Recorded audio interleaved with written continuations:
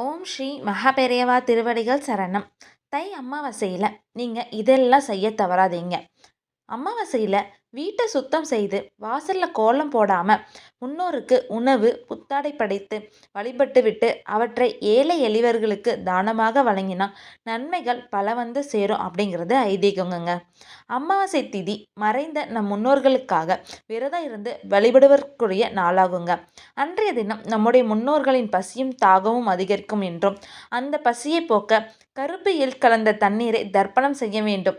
மேலும் அன்று என்னவெல்லாம் செய்ய வேண்டும் என்பதை குறித்து தாங்க இந்த வீடியோ பதிவில் நம்ம பார்க்க போகிறோம்.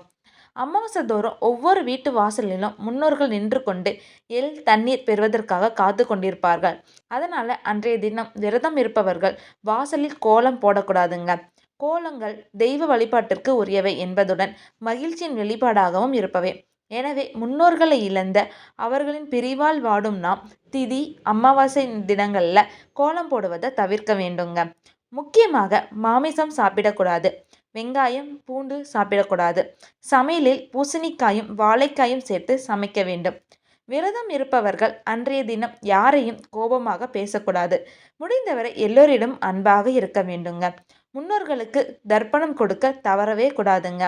நாம் முன்னோர்களை நினைத்து தர்ப்பணம் சிராத்தம் அவர்களுக்கு பிடித்தமான படையல் போட்டு வழிபட்டால் அவர்கள் மன திருப்தி அடைந்து நல்லாசி புரிவார்கள் அப்படிங்கிறது ஐதீகங்க. படையலிட்டு காகத்திற்கு வைக்கும்போது சனியின் வாகனமான காகம் அதை சாப்பிடுவதால் சனி பகவான் வழிபாடு பூர்த்தியாகின்றதுங்க. இதனால் சனி பகவானோட ஆசையும் நமக்கு கிடைக்கும் அப்படிங்கிறது முன்னோர்களோடு கூற்றுங்க.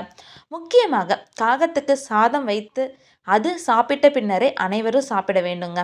பித்ருக்களுக்கு கண்கண்ட தெய்வமாக விளங்கக்கூடியவர் மகாவிஷ்ணு. அவரை துளசி மாலை சாத்தி வழிபடுவது ரொம்ப விசேஷங்க. அமாவாசை அன்று பித்ருக்கள் வழிபாட்டின் போது வீட்டில் முன்னோர்களின் படத்துக்கு துளசி மாலையோ துளசி இலையோ சமர்ப்பிக்க வேண்டுங்க. நான் இந்த வீடியோ பதிவில் கூறின அனைத்து விஷயங்களையும் தை அமாவாசையான அந்த சிறப்பு நாளில் பல வருடங்களுக்கு பிறகு வரும் அந்த சிறப்பான அமாவாசையில் செய்ய தவறாதீங்க. ஹரஹர சங்கர ஜெய ஜெய சங்கரா. ஹரஹர சங்கர ஜெய ஜெய சங்கரா. ஓம் ஸ்ரீ மகாபெரியவா திருவடிகள் சரணம். அனைவருக்கும் நன்றி.